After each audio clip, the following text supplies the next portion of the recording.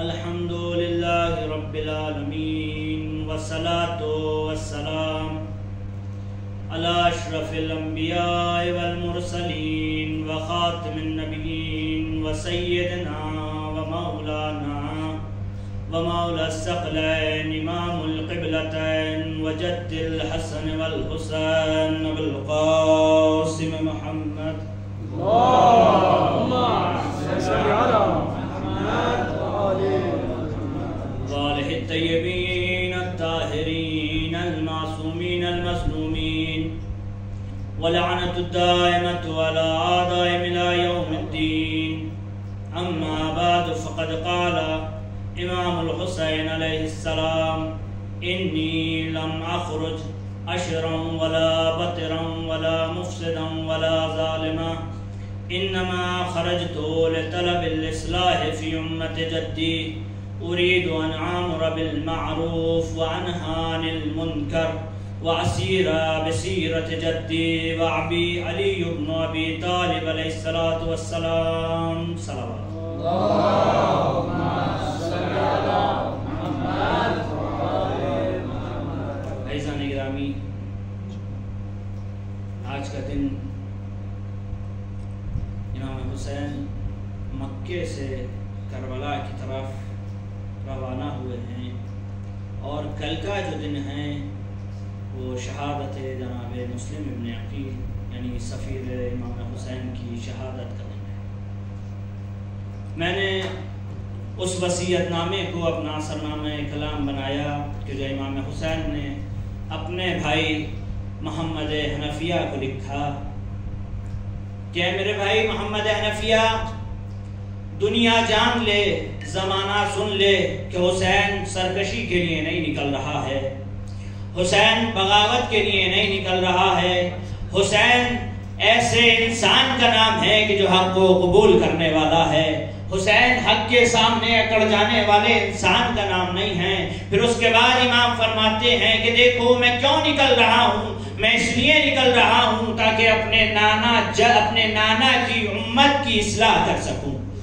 اس کے بعد امام کس طرح سے اصلاح کریں گے تو امام نے فرمایا کہ میں امر بالمعروف و نہی عن المنکر کرنا چاہتا ہوں، یعنی لوگوں کو اچھائی کی طرف دعوت دینا چاہتا ہوں اور برائیوں سے روکنا چاہتا ہوں، اچھائیوں کو عام کر دینا چاہتا ہوں اور برائیوں کا خاتمہ کر دینا چاہتا ہوں۔ مولا کس طرح سے اچھائیوں کو عام کریں گے اور برائیوں کا خاتمہ کریں گے؟ امام نے فرمایا وَاسِیرَ بِسِیرَةِ جَدِّی وَابِی علی بن ابی طالب علیہ الصلوۃ والسلام۔ امام یہ بتا دینا چاہتے ہیں کہ دیکھو اگر معاشرے کی ساری برائیوں کا خاتمہ کرنا چاہتے ہو، اگر معاشرے سے اختلاف کو ختم کرنا چاہتے ہو، معاشرے سے تمام برائیوں کا خاتمہ کرنا چاہتے ہو تو میرے نانا رسول اسلام کی سیرت کو عام کر دینا، میرے بابا علی مرتضیٰ کی سیرت کو عام کر دینا، سارے اختلاف ختم ہو جائیں گے، ساری پریشانیاں ختم ہو جائیں گی۔ صلوات پڑھ دیں بر محمد و آل محمد۔ اللہم صل علی محمد وآل محمد۔ کہ میں اپنے نانا رسول اسلام کی سیرت کو عام کرنا چاہتا ہوں، امر بالمعروف کرنا چاہتا ہوں، اچھائیوں کو عام کرنا چاہتا ہوں اور برائیوں کا خاتمہ کرنا چاہتا ہوں۔ مولا کس طرح سے اچھائیوں کو عام کریں گے، کس طرح سے برائیوں کا خاتمہ کریں گے؟ امام نے فرمایا کہ میں امر بالمعروف و نہی عن المنکر کرنا چاہتا ہوں تو امر بالمعروف کسے کہا جاتا ہے؟ پہلے تو یہ سمجھنا ہوگا کہ امر بالمعروف و نہی عن المنکر کہا کسے جاتا ہے۔ اگر کسی نے امام سے سوال کیا، امام جعفر صادق علیہ السلام سے سوال کرتے ہیں کہ مولا کیا امر بالمعروف و نہی عن المنکر کرنا ہر انسان پر واجب ہے؟ امام نے کہا نہیں، امر بالمعروف و نہی عن المنکر کرنا ہر انسان پر واجب نہیں ہے۔ کہا مولا پھر کن افراد پر واجب ہے امر بالمعروف و نہی عن المنکر کرنا؟ امام نے کچھ لوگوں کا وہاں پہ امام نے کچھ لوگوں کے بارے میں بیان کیا۔ امام سے پوچھا مولا کن افراد پر امر بالمعروف و نہی عن المنکر کرنا واجب ہے؟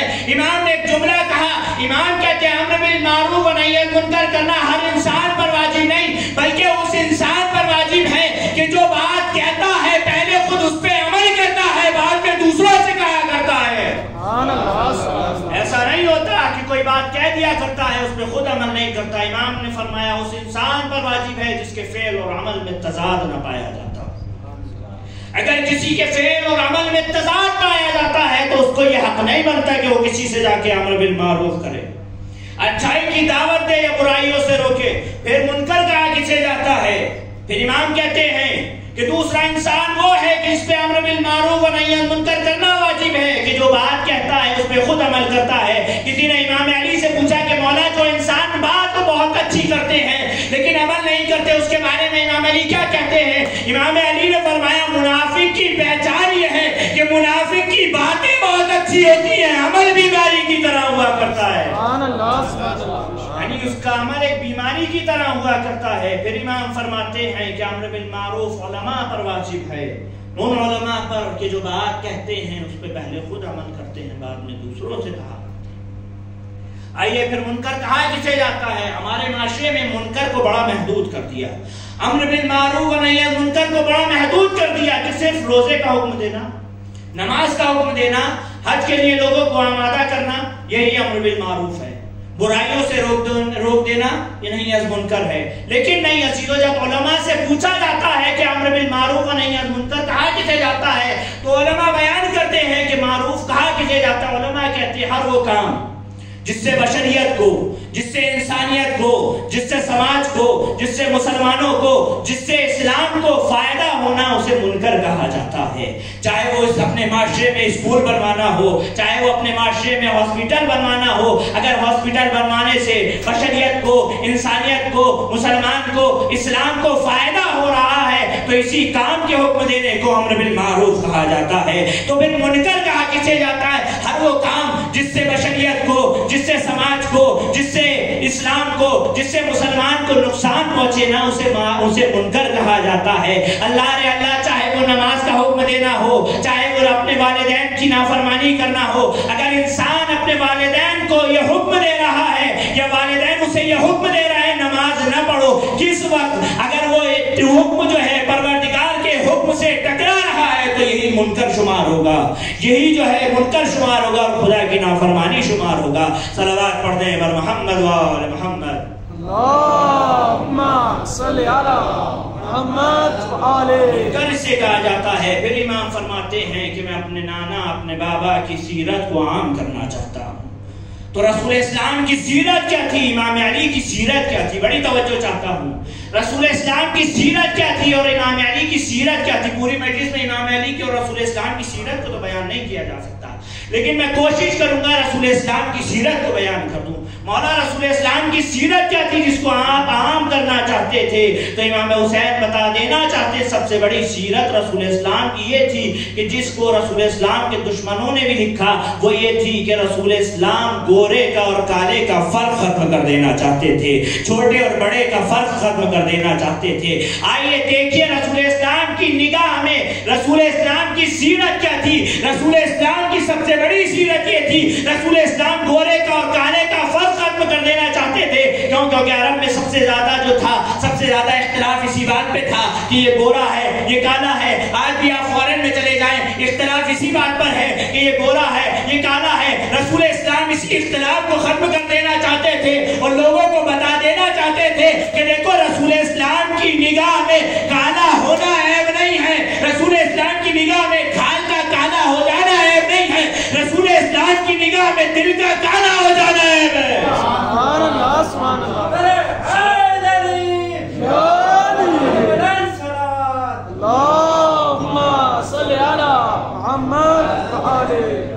رسول اسلام کی نگاہ میں کالا ہو جانا عیب نہیں تھا، کھال کا کالا ہونا عیب نہیں تھا، بلکہ رسول اسلام کی نگاہ میں کردار کا کالا ہو جانا عیب تھا، کردار کا خراب ہو جانا عیب تھا۔ پھر رسول اسلام فرماتے ہیں کہ میں اس لیے بھیجا گیا ہوں تاکہ معاشرے میں لوگوں کو تاریکیوں سے نکال کر کے نور کی طرف لے آؤں۔ عزیزو، علماء کا مجمع یہاں ہے، میں ایک سوال کرنا چاہتا ہوں، جہاں بھی قرآن میں حدیث میں ظلمت کا لفظ آیا ہے وہاں جمع کا استعمال کیا گیا ہے، تاریکیاں، ظلمت ظلمت ظلمت، یہاں جمع کا صیغہ استعمال کیا ہے، یعنی جمع کے بارے میں آیا ہے، جمع بیان کی گئی ہے کہ ظلمت ظلمت، تاریکی تاریکیاں، ظلمت ظلمت، لیکن جہاں نور کا لفظ آیا وہاں انوار نہیں آیا، نور آیا ہے۔ گویا رسول اسلام اور خداوند عالم یہ بتا دینا چاہتا ہے ارے تاریکیاں بہت سبحان اللہ تاریکیاں بہت ہوگی مگر نور فقط ایک ہوگا. جہاں نور ہوگا تم اس کے پیچھے چلتے چلے جانا, نورانی ہوتے چلے جاؤ گے. یہ رسول اسلام کی سیرت تھی اور رسول اسلام چاہتے یہ تھے تاکہ معاشرے کو, انسانیت کو, سماج کو نورانی کر سکے. اللہ رسول اسلام کی زندگی کو آپ دیکھیں, رسول اسلام نے کس طرح سے معاشرے کو, سماج کو نورانی کیا ہے. آپ دیکھیں رسول اسلام کے گھر میں, رسول اسلام کے خاندان میں دو چچا, ایک ابو لہب اور ایک جناب حمزہ. لیکن جناب حمزہ میں اور ابو لہب میں فرق کیا ہے؟ جناب حمزہ میں اور ابو لہب میں فرق یہ ہے, ابو لہب تاریکیوں کا نام ہے, حمزہ نور کا نام ہے. ابو لہب کو تاریکی کہا جاتا ہے, حمزہ کو نور کہا جاتا ہے. اب آپ دیکھیں عزیزو, اور بھی کتنے شہداء تاریخ میں گزرے ہیں, کتنے لوگ تاریخ میں گزرے ہیں جن کو معاشرے والوں نے کالا کہا, معاشرے والوں نے کو ظلمت کہا, لیکن پروردگار نے, رسول اسلام نے ان کو نورانی کہا. آپ جناب جون کو دیکھیں, جناب جون ایک حبشی غلام, لیکن امام حسین کی زندگی میں, رسول اسلام کی زندگی میں, یا امام حسین نے ان کو اس طرح سے پروان چڑھایا کہ تاریخ نے ان کو نورانی لکھا ہے. زمانے نے ان کی کھال کی کالی ہونے کی وجہ سے ان کو ظلمت میں لکھا, لیکن تاریخ نے ان کو نورانی لکھا ہے. اور کیسا نورانی لکھا ہے؟ ایسا نورانی لکھا کہ جب امام سجاد واپس آئے ہیں شہداء کو دفن کرنے کے لیے, تو ایک شخص آتا ہے, آنے کے بعد کہتا ہے مولا ایک جنازہ ہے جس سے بہت خوشبو آ رہی ہے. امام نے فرمایا میرے بابا کی دعا کا سر ہے, وہ جون کا لاشا ہے. یہی وجہ ہے جب تمام شہداء کے سروں کو کربلا سے شام لے جایا گیا, جناب جون کا اس میں سر بھی تھا. تو میں یہاں تقابل نہیں کر رہا ہوں کہ معصومین کے سر سے, نہیں, تقابل بالکل نہیں کر رہا ہوں, لیکن یہ بتا دینا چاہتا ہوں کہ معصومین کی دعا کا اثر کیا ہوتا ہے. اگر معصومین کسی کے لیے دعا کر دیا کرتے ہیں تو اس کی زندگی میں کیسے اثرات نظر آتے ہیں. بس جناب جون نے آ کر یہی تو کہا تھا, مولا آپ مجھے اجازت کیوں نہیں دے رہے؟ کیونکہ میرے بدن سے بو آتی ہے, کیونکہ میری سماج, کیونکہ میری کھال جو ہے کالی ہے. تو امام نے ایک جملہ کہا تھا کہ جون ہماری نگاہ میں کھال کا کالا ہو جانا ہے نہیں, ہماری نگاہ میں کردار کا کالا ہو جانا ہے. لیکن یہی تو وجہ تھی, کتنے گورے تھے کہ جن کو امام نے دور کر دیا, لیکن کتنے کالے تھے جن کو امام نے گلے سے لگایا. جیسی جون نے آ کر یہ کہا کہ مولا آپ مجھے اس لیے اجازت نہیں دے رہے کیونکہ میرے بدن سے بو آتی ہے, تو امام نے جناب جون کو دعا دی تھی. جب یہ سر جو ہے یزید کے دربار میں پہنچے ہیں تو تاریخ میں لکھا ہے جتنا نور جناب جون کے چہرے سے نمک رہا تھا کسی دوسرے شہید کے چہرے سے نہیں نمک رہا تھا. نورانی چہرہ تھا جس کو امام حسین کی دعا نے اس مقام پر پہنچا دیا. عزیزو, تاریخ میں رسول اسلام کے ایک صحابی ملتے ہیں, بشیر بن عمیر, ایک عظیم صحابی ہے کہ جو اپنے گھر کا تنہا انسان تھا جو مسلمان ہوا, بہت مالدار گھرانے سے, لیکن رسول اسلام کے صحابی ہیں. رسول اسلام نے ان کو ایسا نورانی بنایا کہ آپ زندگی کو پڑھیے گا, یقیناً خوش ہو جائیں گے اگر ان کی زندگی کا مطالعہ کریں گے. یہ کون ہے کہ جس نے 40 سال کی عمر میں اپنی شہادت پیش کی؟ یہ کون ہے جو رسول اسلام کے لیے, اسلام کے لیے باعث بنا, یا رسول اللہ کے لیے باعث بنا کہ رسول اسلام مکے سے مدینے کی طرف ہجرت کر جائے؟ اللہ رے اللہ, کیسا شہید ہے یہ! وہ انسان ہے کہ جب تک یہ رسول اسلام کے پاس تھے, مکے میں تھے, رسول اسلام نے ان کو قرآن کی تعلیم کے لیے اور قرآن کی تعلیم کے لیے اور نماز کے لیے جو ہے وہ مدینے بھیجا تاکہ جاؤ لوگوں کو قرآن کی تعلیم دو اور وہاں کے لوگوں کو نماز سکھاؤ. اس وقت تک جتنا قرآن اترا تھا سارا کا سارا ان کو حفظ تھا. رسول اسلام نے ان کو بھیجا, بھیجنے کے بعد پھر کچھ دن بعد لوگوں نے رسول اسلام سے کہا یا رسول اللہ آپ مدینے آ جائیں. رسول اسلام مدینے پہنچے. اس شہید نے اپنی جان کا نذرانہ پیش کیا جنگ احد میں, اور جنگ احد میں جب یہ انسان شہید ہوا ہے تو رسول اسلام نے ان کے جنازے پہ جا کر ایک جملہ کہا, ھذا عبد نور اللہ قلبہ, کہ یہ وہ انسان ہے کہ جس کے قلب کو پروردگار نے نورانی بنا دیا ہے. یہ وہ انسان ہے جس کے قلب کو پروردگار نے نورانی بنا دیا. اس کے بعد رسول اسلام کہتے ہیں کہ اے مسلمانوں جاؤ, اگر تم اس کو سلام کرو گے تو یہ تمہیں جواب دے گا. گویا رسول اسلام یہ بتا دینا چاہتے ہیں اگر کسی کے دل کو پروردگار نورانی بنا دیا کرتا ہے تو وہ شہید ہونے کے بعد بھی مرا نہیں کرتے ہیں، زندہ رہا کرتے ہیں اور تمہاری باتوں کا جواب دیا کرتے ہیں۔ یہ وہ شخص تھا جس کو پروردگار نے، رسول اسلام نے نورانی بنا دیا تھا۔ اللہ دوسرا انسان کون؟ لقمان حکیم، وہ غلام کہ جو ایک حبشی غلام ہے، جس کو تاریخ نے بہت دوسرے نام بھی دیے، لیکن لقمان حکیم کے نام سے وہ مشہور ہے۔ حکمت کا درس دیا کرتے تھے۔ حکمت کا درس دینا انبیاء کی سیرت ہے، اولیاء کی سیرت ہے۔ یہی وجہ ہے غلام تھے، حکمت کا درس دیا کرتے تھے۔ ایک انسان آتا ہے، آنے کے بعد کہتا ہے کیا تم وہی غلام نہیں ہو؟ کہاں میں وہی غلام ہوں۔ کہا پھر تم اس مقام پر کیسے پہنچے؟ تم تو ایک غلام تھے۔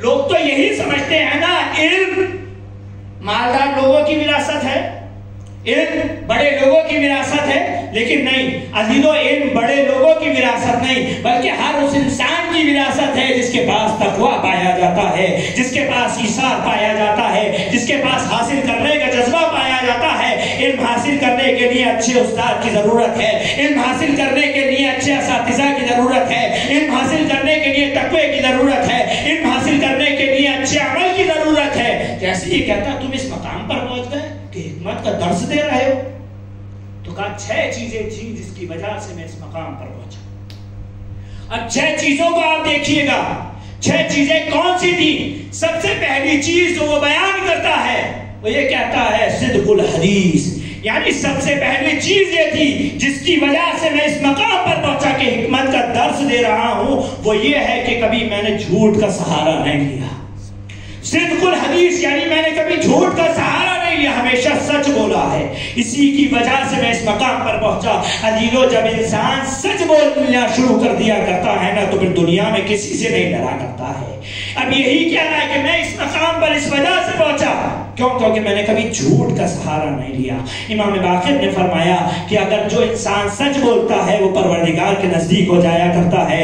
امام کاظم نے فرمایا جو انسان سچ بولا کرتا ہے اس کا دل نورانی ہو جایا کرتا ہے۔ رسول اسلام کے بعد ایک شخص آتا ہے، آنے کے بعد کہتا ہے یا رسول اللہ مجھے ایسی کوئی چیز بتائیے جس کی وجہ سے میں اس دنیا میں بھی کامیاب ہو جاؤں اور آخرت میں بھی کامیاب ہو جاؤں۔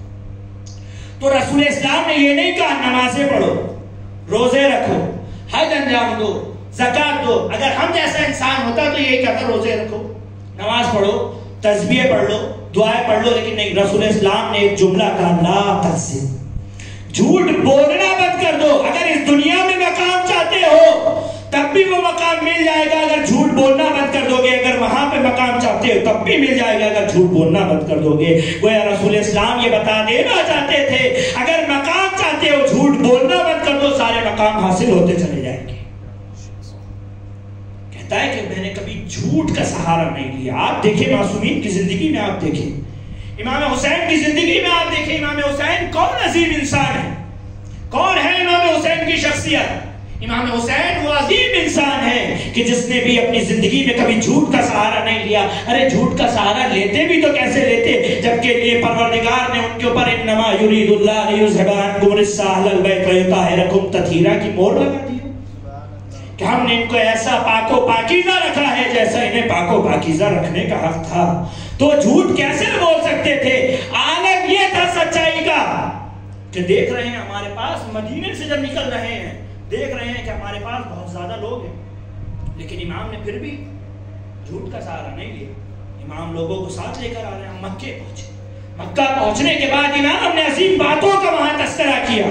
امام نے سب سے پہلی بات یہ کہی کہ دیکھو بنی آدم کے لیے موت ایسی ہے جیسے ایک لڑکی کے لیے ہار ہوتا ہے۔ اس کے بعد امام کہتے ہیں کہ دیکھو کربلا میں جا کر ہم کو خون دینا ہے، جو لوگ خون دینا چاہتے ہیں، جان دینا چاہتے ہیں خدا کی راہ میں، وہ میرے ساتھ چلے۔ مدینے سے جب امام حسین نکلے تھے بہت زیادہ امام حسین کے ساتھ لوگ تھے، لیکن جب امام نے یہ جملہ کہا، تاریخ نے لکھا ہے مکے سے نکلنے کے بعد کربلا نہیں پہنچے تھے، کوفہ پہنچنے کے راستہ جو کوفے کے لیے جاتا وہاں تک پہنچے تھے، لوگوں کی تعداد آدھی ہو چکی تھی۔ وہی لوگ رہ گئے تھے جو امام حسین کے اصل چاہنے والے تھے۔ امام حسین کہتے ہیں کہ دیکھو جو لوگ میرے ساتھ جانا چاہتے ہیں وہ جان لیں کہ حسین وہاں جان دینا چاہتا ہے۔ بہت سارے لوگ ایسے تھے کہ جو چاہتے یہ تھے کہ حسین کوفہ پہنچیں گے،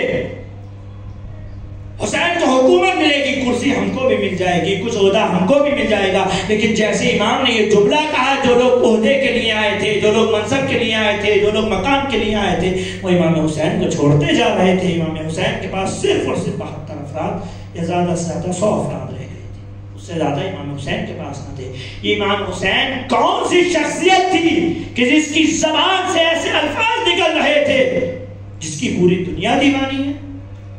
شاید مطہری نے امام حسین کے بارے میں جب بیان کرنا شروع کیا، کسی نے پوچھا کہ آپ امام حسین کے بارے میں کچھ لفظ بیان کریں، تو کہتے ہیں کہ اگر میں حسین کے بارے میں پوری زندگی بیان کرتا رہوں تب بھی بیان نہ کر سکوں گا، لیکن صرف ایک جملہ کہا کہ حسین وہ عظیم انسان ہے، حسین وہ عظیم شخصیت ہے، حسین وہ عظیم انسان ہے، حسین وہ عظیم شخصیت ہے کہ جس نے اپنے خون کا ایک قطرہ بھی رائگاں نہ ہونے دیا۔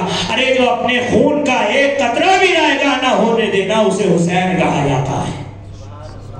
یہ شہید مطہری بیان کر حسین وہ کہ جو اپنے خون کا ایک قطرہ بھی رائگاں نہ ہونے دینا، اسے حسین کہا جاتا ہے۔ اللہ رے اللہ۔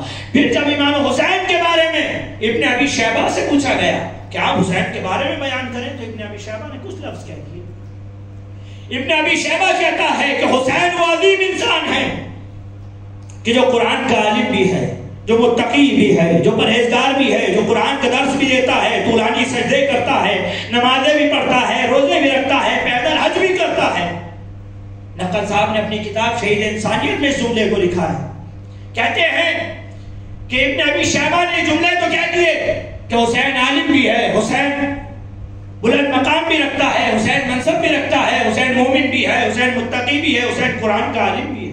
ابن ابی شیبہ کو لگا کہ میں حسین کے مقام کو بیان نہ کر سکا۔ ارے ابن ابی شیبہ، یہ تو لفظ ایک عام عالم کے لیے لکھ دیے جاتے ہیں کہ یہ صادق ہیں، یہ وفادار ہیں، یہ طیب ہیں، یہ ساری چیزیں ایک عام عالم کے لیے لکھ دیے جاتے ہیں کہ یہ قرآن کا درس دیتے ہیں، صادق بھی ہیں، طیب بھی ہیں، وفادار بھی ہیں، ساری چیزیں لکھتی جاتی ہیں۔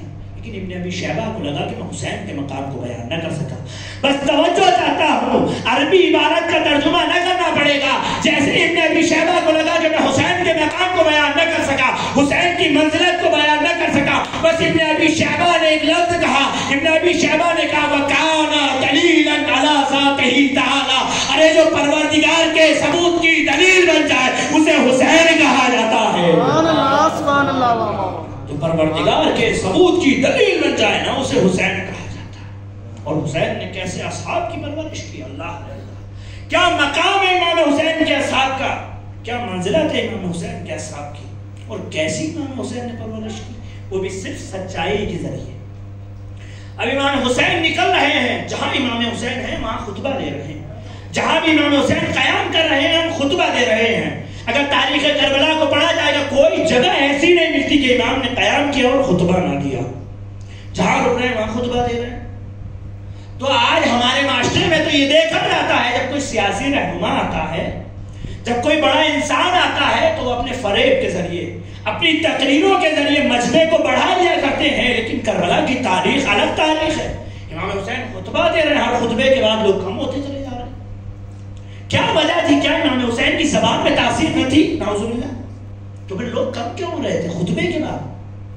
تو تاریخ میں لکھا کہ امام حسین جہاں پہنچ رہے تھے وہاں خطبہ دے رہے تھے، جہاں پہنچ رہے ہیں وہاں خطبہ دے رہے ہیں، جہاں پہنچ رہے ہیں وہاں خطبہ دے رہے ہیں، جہاں قیام وہاں خطبہ دے رہے ہیں۔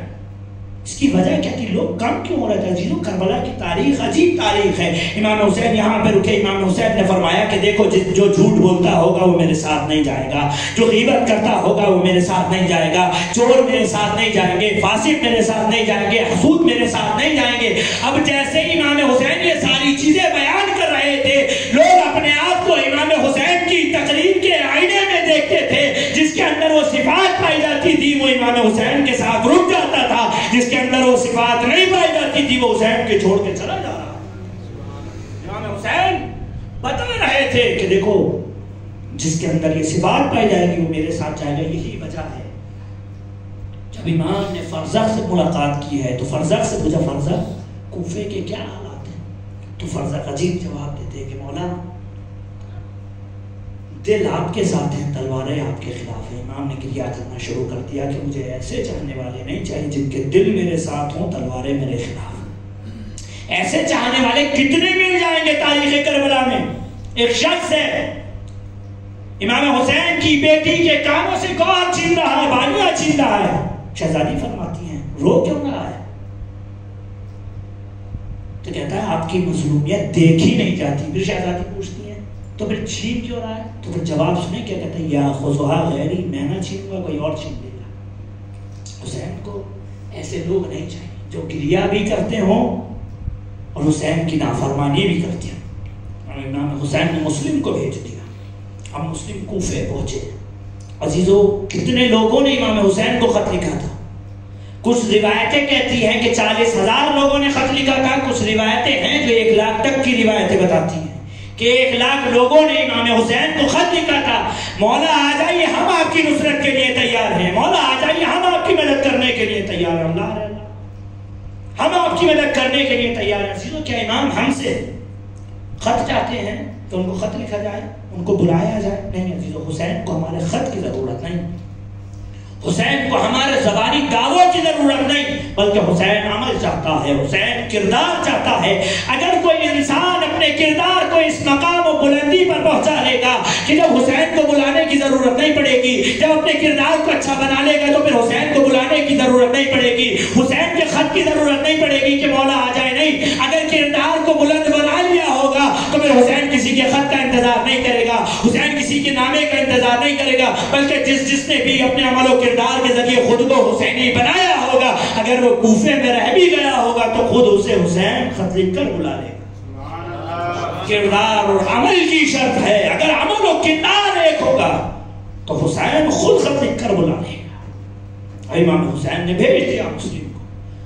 40,000 لوگوں نے خط لکھا, 1 لاکھ تک کی روایت ہے 1 لاکھ لوگوں نے خط لکھا. لیکن جب امام حسین نے اپنے سفیر کو بھیجا, سفیر کو بھیجنا تھا, وہ تعداد گھٹ کر 22,000 لوگ جناب مسلم کا ساتھ چھوڑ کر بھاگ گئے. یعنی 40,000 میں سے 22,000 لوگ جناب مسلم کا ساتھ چھوڑ کے بھاگ گئے تھے. 18,000 لوگوں نے جناب مسلم کے ہاتھ پر بیعت کی تھی. اللہ رے اللہ, جناب مسلم کا جملہ کوٹ کر دوں. جناب مسلم کہتے ہیں کہ جن کوفیوں نے میرے آقا حسین کو خط لکھا تھا, 1 لاکھ لوگوں نے خط لکھا تھا, جن 40,000 لوگوں نے امام حسین کو خط لکھا تھا, جب میں یہاں آیا ہوں 40,000 میں سے ان تعداد گھٹ کر صرف 18,000 رہ گئی تھی. 40,000 لوگوں نے جنہوں نے میرے آقا حسین کو خط لکھا تھا, 18,000 لوگوں نے میرے ہاتھ پر بیعت کی تھی. لیکن جب میں نے نماز عشاء پڑھ کر پیچھے مڑ کر دیکھا ہے تو خدا کی قسم کوفے کی گلیوں میں مجھے کوئی کوفے کی گلیوں کا راستہ بتانے والا نہیں.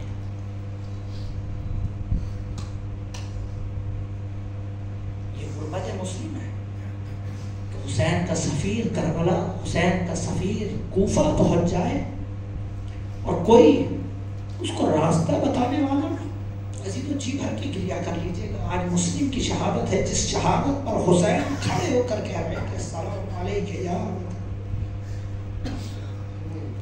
میرے بھائی, تم پر میرا سلام. لیکن مسلم کون ہے؟ ذرا مسلم کی زندگی کو آپ دیکھیں, مسلم ہے کون؟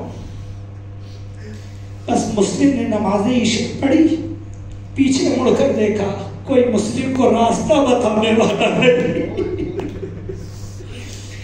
مسلم آنے کے بعد ایک گھر کے نزدیک بیٹھ گئے دروازے کے پاس.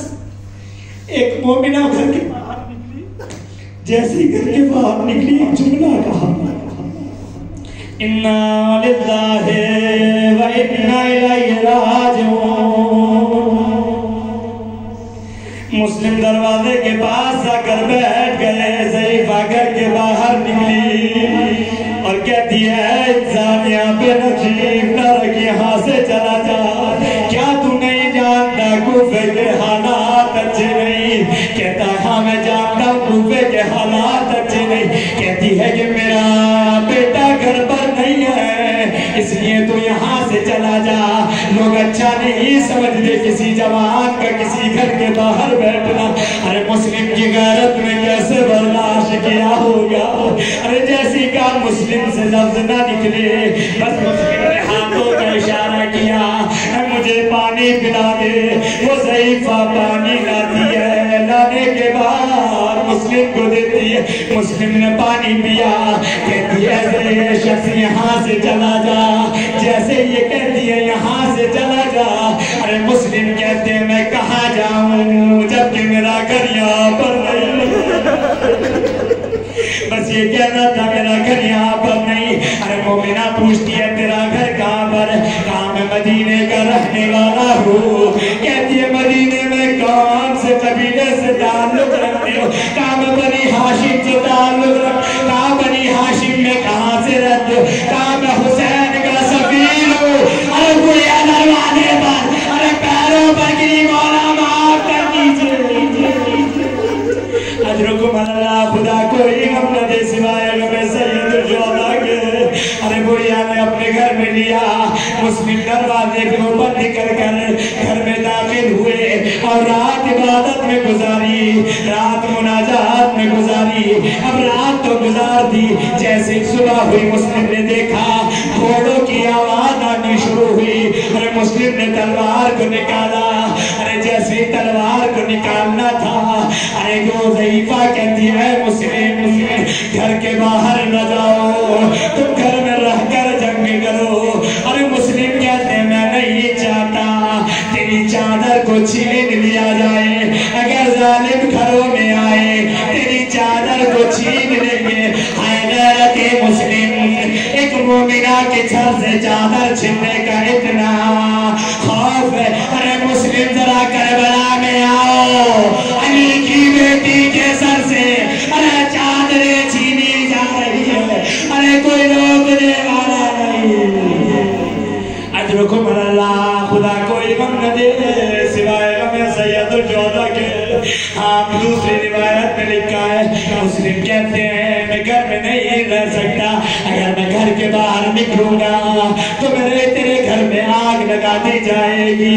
ہائے سلام و مسلم تیری غیرت پر, تجھے اس ضعیفہ کے گھر کے جلنے کا اتنا خیال. اور مدینے آؤ, مدینے آ کر دیکھو, ارے زہرا کے گھر میں آگ لگا دی گئی. اور زہرا کہتی ہے ارے آگ اتنی زیادہ تھی, ارے میرا چہرہ جل رہا تھا اور کوئی روکنے والا نہیں تھا. اجرکم اللہ, خدا کوئی غم نہ دے سوائے غم سید الجودا کے. اب مسلم نے آنے کے بعد جنگ کرنا شروع کی. ابھی تھوڑی دیر گزری تھی, یہ ظالموں نے مسلم پر حملہ کرنا شروع کیا. ایک گڈھا کھودا گیا, چادر بچھائی گئی, مسلم کو اس میں گرا دیا گیا. ارے کوئی نیزے مارتا ہے, کوئی ڈانڈیانا مارتا ہے, کوئی تیر مارتا ہے. ارے مسلم کو لیا ابن زیاد کے دربار میں پہنچے. بس آخری روایت, ابن زیاد کے دربار میں پہنچے. جیسے ابن زیاد کے دربار میں پہنچے نا تو مسلم کی آنکھیں ابن زیاد کی آنکھوں کی طرف تھی. مسلم ابن زیاد کی آنکھوں میں دیکھ رہے تھے. اللہ اللہ مسلم کی خیر ہے. کسی نے جناب امام سجاد سے سوال کیا, مولا جب آپ یزید کے دربار میں پہنچے اور مسلم ابن زیاد کے دربار میں پہنچا تو ایک فرق نظر آیا. ارے مسلم کی نگاہ ابن زیاد کی نگاہ تھی, مسلم کی نگاہیں اٹھی تھی لیکن آپ کی نگاہیں جھکی تھی, آپ کی کمر جھکی تھی. ارے امام نے کچھ نہ کہا, بس ایک جملہ کہا, تو نے میرے جگر کو جلا دیا, تو نے میرے جگر کو جلا دیا. ارے سننے والے, جب مسلم دربار میں پہنچا تو مسلم کے ساتھ کوئی نہ تھا. ارے جب میں دربار میں پہنچا, ارے زینب بیردہ, سکینہ بیردہ, ارے ظالموں کا مجمع, شرابیوں کا مجمع. ارے کوئی یہ کہتا ارے دیکھو یہ علی کی بیٹی زینب. اللہ نے اللہ مسلم کو دارالامارہ کے پاس لے کے لایا گیا. دارالامارہ سے مسلم کہتے ہیں کیا مجھے اجازت دے گا میں 2 رکعت نماز پڑھوں گا؟ 2 رکعت نماز کی اجازت نہیں. بس مسلم گھومنے کے بعد کہتے ہیں السلام علیکم یا عباد اللہ. اب یہ سننا تھا. ارے روایتوں میں ملتا ہے امام اپنے عصر سے بلند ہوئے, بلند ہونے کے بعد کہا میرا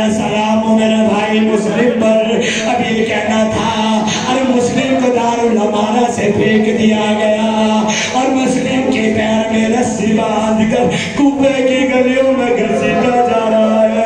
اے حسین نے کہا عباس مسلم کی بچی کو لے کر آؤ۔ ارے مسلم کی بچی کو لایا گیا، حسین نے بالیاں پلائی، حسین نے سر کو پھیرا۔ ارے مولا سکینہ نہ دیکھ لے کیونکہ جب مسلم شہید ہوئے ارے جانوں میں بالیاں پلائی، ارے جب آپ شہید ہوں گے